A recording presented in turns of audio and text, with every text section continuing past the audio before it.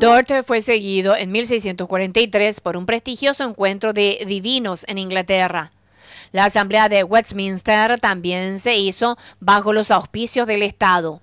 La Asamblea, que duró 6 años, formuló la Confesión de Fe de Westminster.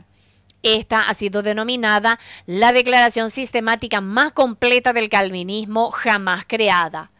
Vance nos recuerda que debido a la estrecha relación entre Iglesia y el Estado que existía en el momento, la aceptación del calvinismo en Inglaterra, que culminó en la Asamblea de Westminster, es profundamente entrelazada con la historia civil y religiosa de Inglaterra. Aquí unas breves palabras de la historia son necesarias. En los 2 siglos anteriores, Inglaterra había atravesado una larga lucha para escapar de Roma. A veces logró avanzar y en otros tiempos cayó en cautiverio. Enrique VII había sido proclamado rey en 1486 por una bula del Papa Inocente VIII. La Vulgata Latina era la Biblia oficial. La Biblia de Wycliffe fue suprimida y el Consejo Provincial en Oxford en 1408 había prohibido la traducción y publicación de cualquier texto de la Sagrada Escritura en inglés o en otro idioma. Enrique VIII le había escrito a Erasmus desde Londres en el año 1511 y dijo que muchos herejes nos proveen de un holocausto diario. A instancias de Cromwell, él revirtió y animó que la Biblia en inglés fuese usada en cada casa y parroquia de la iglesia, pero un año antes de su muerte prohibió la traducción del Nuevo Testamento de Tyndale o de Coverdale.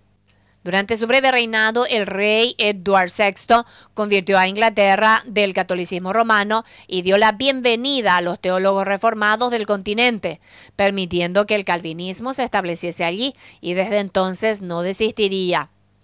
A finales del siglo XVI, la Universidad de Cambridge se convirtió en un bastión calvinista. La hermana de Edward, María I, hija de Enrique VIII, conocida como María la Sangrienta, tuvo éxito en sujetar a Inglaterra bajo el papismo nuevamente y prohibió la posesión de libros protestantes y quemó en la hoguera a cientos de personas que no aceptaran las doctrinas de Roma. Después de la muerte de Mary, entró en uso la Biblia de Ginebra. Elizabeth expulsó a los jesuitas de Inglaterra. Bajo ella, los 39 artículos de la Iglesia de Inglaterra, ligeramente calvinista, pero que rechaza la expiación limitada, fueron formuladas. Al día de hoy siguen siendo el credo oficial de esa iglesia. John Knox continuó adelante en Escocia, mientras que en Inglaterra aumentaron los puritanos, solo para ser forzados a cumplir por el rey James I, quien nos dio la Biblia del King James de 1611. Charles I sucede a James I. Hubo debates en el Parlamento sobre el calvinismo, con sus partidarios ganando la Cámara Alta. El prolongado Parlamento ordenó la impresión de una exhibición de arminianismo por John Owen, que denunció el arminianismo y confirmó la expiación limitada. En el contexto de este trasfondo tumultuoso y la colaboración constante de la Iglesia con el Estado, la Asamblea de Westminster fue convocada por el Parlamento.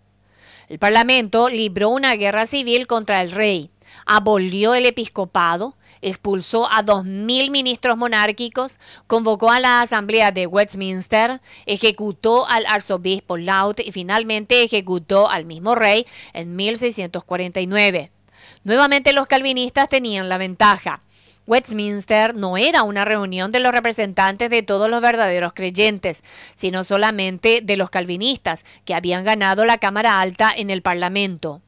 Hoy día todavía se jactan de que todos los teólogos en Westminster eran calvinistas. Además, como Vance sabiamente comenta, como en el Sínodo de Dort, la presencia de funcionarios del gobierno en una asamblea religiosa plantea algunas dudas sobre su legitimidad. Los gastos de los miembros fueron sufragados por el Estado. Los calvinistas incluso admiten que la asamblea fue la criatura del Parlamento y que nunca fue capaz de escapar la supervisión del Parlamento. Logan confiesa que la asamblea era clara y completamente subordinada a la autoridad política del parlamento. Witt también declara que la asamblea era responsable no al rey de reyes, pero a los caballeros y a los comunes del parlamento inglés. Schaff señala que la asamblea se aferró a la idea de una iglesia del Estado Nacional con un sistema uniforme de doctrina, de culto y disciplina para que cada hombre, mujer y niño deban cumplir en los 3 reinos. Bethany escribe: en 1643, también la Asamblea de Westminster de Teólogos fue convocada por el Parlamento para reformar la Iglesia de Inglaterra en base a la palabra de Dios y para ponerla en un acuerdo más cercano con la Iglesia de Escocia y las iglesias reformadas del continente. Los comisarios escocés ahora requerían, como precio de su cooperación con el Parlamento inglés contra Charles I, la adopción de la Liga Solemne y el pacto, escrito por un comité revolucionario escocés que demandaba que los firmantes eliminen la prelatura en todas sus formas en Escocia, Irlanda e Inglaterra. Con esta arma y la prueba de lealtad al rey, expulsaron a los episcopales de sus hogares. El número ascendió a unos miles. Se crearon tantas vacantes que no se podían llenar. Finalmente, la Asamblea de Westminster dio la orden de elaborar un plan de ordenación. La Asamblea de Westminster trabajó para evolucionar un esquema aceptable del presbiterianismo.